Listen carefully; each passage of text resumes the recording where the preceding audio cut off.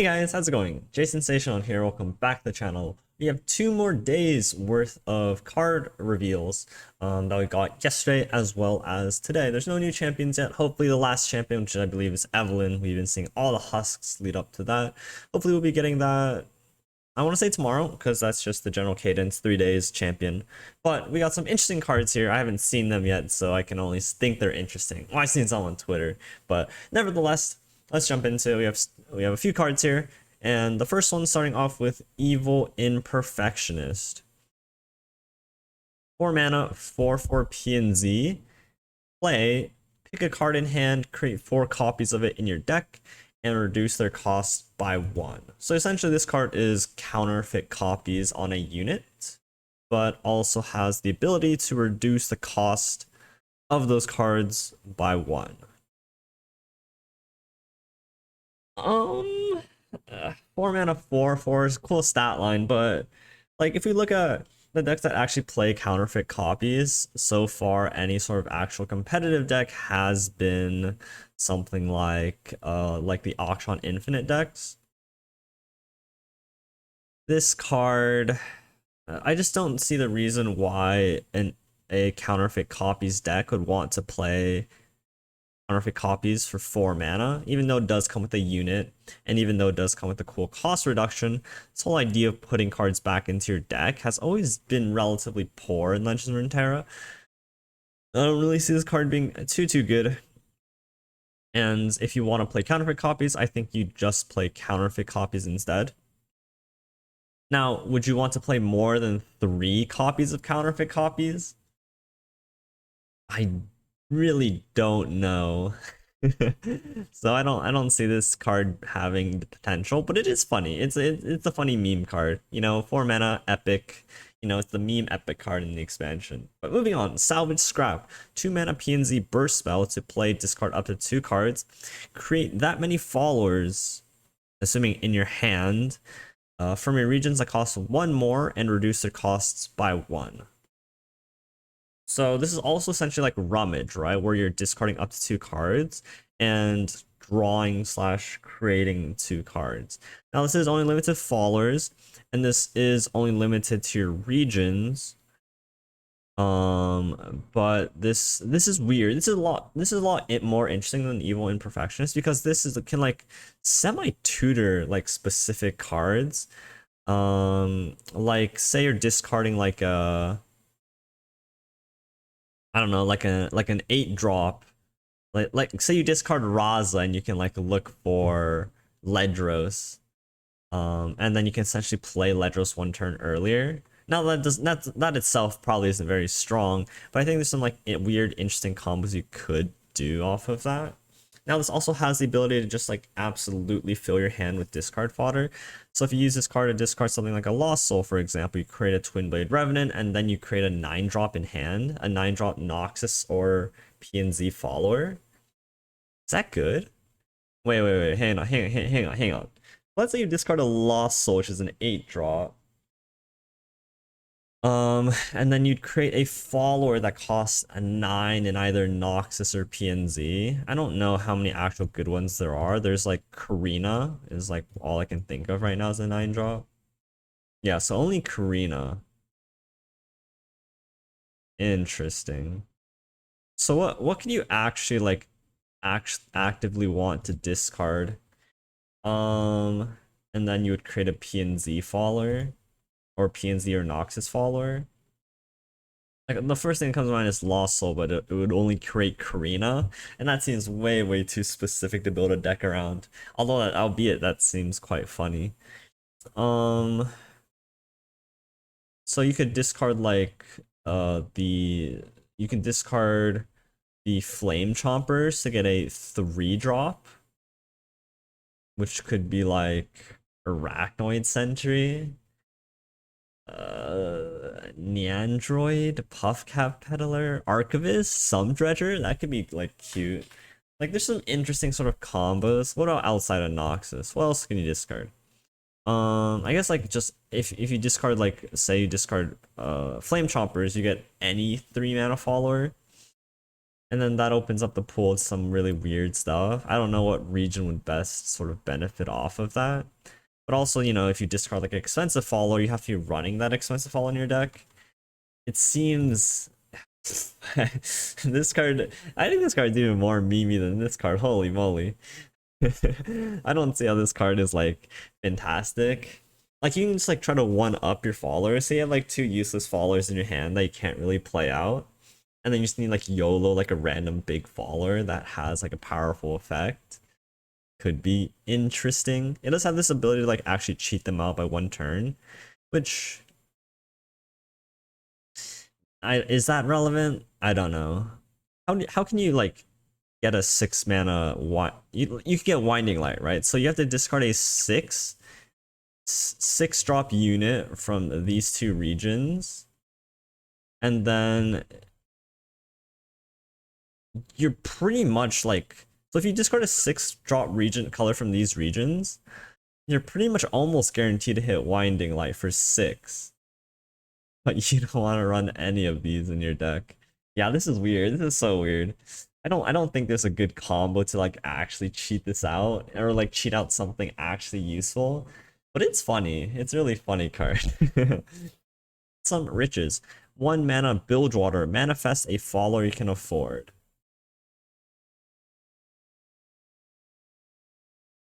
Manifest a follower you can afford. I just don't know what kind of deck wants to run this card. Obviously, you would get this card off like Wiggly Burblefish, and that could be okay, especially if you're like very limited on mana. There's some really good 1-drops you can manifest, like Otterpuss that gives you a tune, that gives you a prank. There's plenty of attune units for 1. There's plenty of units at 1 that give you spells in hand. And for like a TF Nami deck, this could be a decent hit, so long as you can sort of utilize it in a sense that you can sort of narrow down the cards that you were looking for. So if you can play this card with the 1 unit mana up, I think there's a really good pool of cards you can hit, especially for the decks that like TF Nami. Would you play this deck card in any other deck? I don't think so. These are really weird cards that they're just like releasing this expansion, because unless Evelyn has some use for these cards, nothing so far like actually like synergizes with this sort of effect, which is really interesting. Maybe these are, you know, just like the bait epics that come out with the expansion, but it seems a little bit strange that, you know, they're just coming out with this stuff right now. Swindle, 2 mana Bilgewater Burst, manifest a non-champion spell from your opponent's hand. Plunder, I cost 1 less. So I did see a little bit of discussion on Twitter about this card. So the way Manifest works, obviously, is you gotta choose between 3 cards. And essentially what you're doing is you gotta like look at your opponent's hand, like 3 non-champion cards from your opponent's hand, and you get to create a copy of one of them, right? That seems like pretty decent because Plunder costs 1. Again, like, I don't know what kind of deck wants to be playing this card. You can generate this card off of something that's really good, but it's not really the kind of like card that you main deck in like a Bilgewater deck, because right now Bilgewater decks, like, this is more of a like control-y card, and there's Bilgewater control just doesn't really exist in any sort of mean. Manifest also doesn't draw, so this doesn't work with Twisted Fate in the same sense. That's something like Pilfered Goods does. Like, it reveals information from your opponent's hand, and you get to have a copy of one of those cards. Now, generally speaking, the card you might get would be pretty good as like the game goes on, because now like your opponent's holding on to specific cards for specific scenarios. So maybe you hit like Riptide Rex, maybe you hit like the Deny or the Rally. But at that point, like, if your opponent's like having like cards that they can't play out at a certain point in the game, you already have a pretty good read on what those cards are. And so it really comes down to manifesting your opponent's card, and I'm not sure that's that great at that point. Still a very interesting card if you can generate it, if you're playing some like Bantle City Bilgewater deck and you can just like rip this off a Conchologist, maybe it's fine, but it seems a little bit awkward. Whoa, Glory's Call. First, cost 2 less for each different Ascended ally you've played this game. Manifest a card from the Emperor's deck with cost 9 or less. So this card costs 2, typically. Maybe costs 4 if you're unlucky. And you get to manifest a card from the Emperor's deck that costs 9 or less. Which is like pretty much everything besides, you know, the very last spell, Ascendance Recall. So you can manifest between one of these. 3 out of 8, which is what? So you got 3 out of 8, 3 out of 8, 3 out of 8. No, that's not how it works. No, it is 3 out of 8. So you have a 3 out of 8 chance to manifest any one of these cards for 2 mana. So getting like a burst speed, draw 2. So you also have to add 2 to all these costs because you are spending 2 to do it. So let's say you hit a 4 mana, draw 2. Okay, then all of a sudden that's just whispered words, right? Which is like, okay. 4 mana, 11 mana Sandstorm. You just don't really have the mana to do that. Like, Monotrema just wants to focus on its own game plan. There's not really that sort of flexibility to spend mana before you actually complete your Sundisk. Like, you don't want this card before you complete. Like, you don't want to hit this card. You don't want to hit this card. You don't even want to hit this card. The only cards that are useful would be like this, before you hit your Sundisk, right? Now, for decks that won't play Sundisk but still play this card, you still have to play out Ascended Champions. And if you're playing Ascended Champions but not Monotrema, I don't think you're running this card anyways. So again, I don't think this card looks particularly good at all. Like, maybe you have it in I don't think Monotrema even wants to play this card. It's just too expensive. And manifesting a card from Emperor's deck before you actually flip the Emperor's deck is, I think, relatively pointless. So this card is not good. Strange, all this like manifest stuff. But like is Evelyn gonna have some manifest synergy? Like, what's going on here? I'm so confused by the direction of these cards today that I just really can't say what they're here for. Sneezy Biggledust. Focus. Give allies +1/+1 this round. If they're created, give them a +2/+2 instead. If they're created. So obviously the first thing that comes to mind is Flame Chompers, because that's the most popular created card that you can cheat out that benefits from getting a buff. This is Bandle City though. Of course, Bandle City has a lot of created cards. Now, you probably won't be able to generate Sneezy Biggledust in any way. It's 4 mana. Cannot be hit off of Conchologist, cannot be hit off of a Trinket Trade, can't be hit off of like Pharaoh's Financer. It's just a really awkward point where you can't create it. So you do have to be main decking this card. And at that point, you're probably just playing Yordle Arms, right? Instead of this focus spell. Like the focus spell, like the focus speed to give them +1/+1 and maybe +2/+2 in a very specific deck seems a lot worse than just playing Yordle Arms for +3/+3. So not very high on this card. This card seems really weak. You have the Quick Attack Husk, and then yesterday's cards. We have Rite of Passage. This one was one I'm super excited for. This is a 2 mana focus speed spell that says manifest an allied landmark that has been destroyed this game and summon it. So it is summoned, so it does proc every summon effect. So like Preservarium, draw a card. Time Bomb, draw a card. Windswept Hillock, draw Yasuo, stun the strongest enemy. This card I think is really good because this is also just inherently a very fast way to flip Zilean. So you play Zilean, predict a Time Bomb, and then play Rite of Passage, and that's your 2 Time Bombs to destroy Zilean. Then oftentimes this is just a 2 mana draw card because you're either having Preservarium, Time Bomb, or maybe it's just like Blight Ravine. There's a lot of very, very good landmarks you can all just suddenly build your deck around that this card becomes really, really good. Now, of course, this card's an absolute brick if you haven't played any landmarks this game, which is the downside. Not all decks can come up with an upside. It's not like Time in a Bottle where if you don't have a landmark, you can still predict for 2 mana. This one is locking you to have landmarks, and you want a relative small pool. Like, ideally, you only have 3 landmarks you blow up with this card. If you have 4, all of a sudden you're losing consistency because of how Manifest works. And if you're only designing your deck around 3 specific landmarks, and I want to try this out with Zillion, so that's 2 specific main deck landmarks, and then time bombs off of Zillion, it does become a little bit more narrow in how you can use this card and how reliably you can actually get what you want off of it. But I think this card's really interesting. There's some very insane Zillion high rolls. Like, if you guys have leveled Zillion like turns 3-4, you guys will know how strong that is. And I think this can increase the consistency of doing that. Drop the Bomb, 2 mana, slow speed, deal 2 to unit, and summon a Scrappy Bomb. So not Mystic Shot, but Bouncing Bombs for 1 less mana, and it summons a Scrappy Bomb. I think this card is really good. If it's a 2 mana deal 2, it is slow, so that is the downside. But Bandle City itself is, not meant to have good fast speed removal.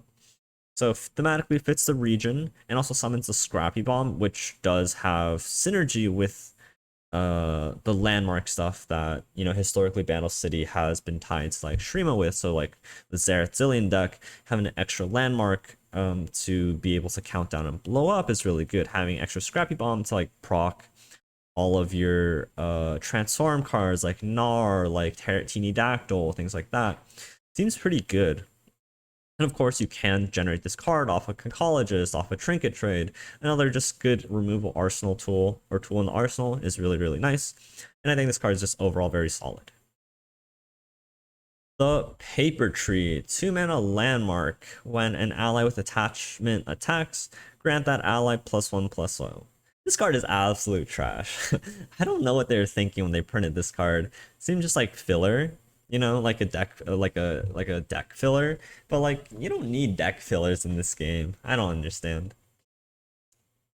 And then the last card here we have is Riptide Sermon, slow speed, 6 mana Bilgewater card, deal 4 to an enemy unit, spawn 3, and then deal 2 to the enemy nexus. So it's sort of like Tentacle Smash, right? Which is deal 3, spawn 3 essentially. Albeit now this doesn't like actually risk putting your tentacle into damage, but it has less upsides than Tentacle Smash, because if you already have a big Tentacle Smash, that's going to deal more damage for less mana to an enemy unit. And then deal 2 to the enemy nexus. I don't know why it deals 2 to the enemy nexus. That's just like not a good effect. Like, you're not playing this card to Mystic Shot your opponent's nexus. You're not playing this card for burn. I mean, you can sometimes. Sometimes your opponent will be at 2 health and you can play this card and your opponent falls over. But otherwise, 6 mana, deal 4, spawn 3. How good is that? Spawn 3 has like a value of like 3... 2.5, and then deal 4 for Bilgewater. That's something new. Harpoon deals like what, 5, and this deals 4 at slow. That might cost like 3 or 4. Like, yes, mana wise this card is probably worth playing, but in this sort of like Alawi deck it seems so slow, and maybe it's like a 4th Tentacle Smash. I don't know. This card doesn't seem that good, but of course you can generate this card. This does synergize with things like Jace, and Lux. So there is some synergy aspects to this card, but in like a pure Alawi deck, we've seen Alawi Bard, Alawi Ionia. I don't really see this card fitting in. It is extra interaction, which Alawi decks typically don't have outside of Tentacle Smash, unless you're fitting in like Demacia into it. So maybe you'd want like a 4th Tentacle Smash, but overall I don't think this card is that good compared to some of the other cards in the package. And then we have Impact Husk and Overwhelm Husk. So we're gonna get 1 Husk for each keyword, it seems, each positive transferable keyword that is. And we'll see Evelyn tomorrow, hopefully. So that's all the cards for the last 2 days. I have to be honest, these cards are a lot weirder than the other cards we have gotten. I think there's a lot of filler like Glorious Call, Paper Tree, Evil Imperfectionist, Ransom Riches. But there are some really interesting ones like Rite of Passage. I think is super, super interesting. Actually, that's the only one I think is interesting. Rite of Passage, huge Zillion fan. I'm just gonna show you guys real quick. Check this out. If you guys don't know, I am a Mastery 5 Zillion player, so very excited to see some extra Zillion support come out. That's gonna be all the cards for today. Let me guys know what you guys think. If you guys think that I'm overrating some of these cards, or maybe what kind of decks you're excited to play these cards in. So let me guys know in the comments below, and I'll see you guys tomorrow for another one. So peace out, guys, and take care.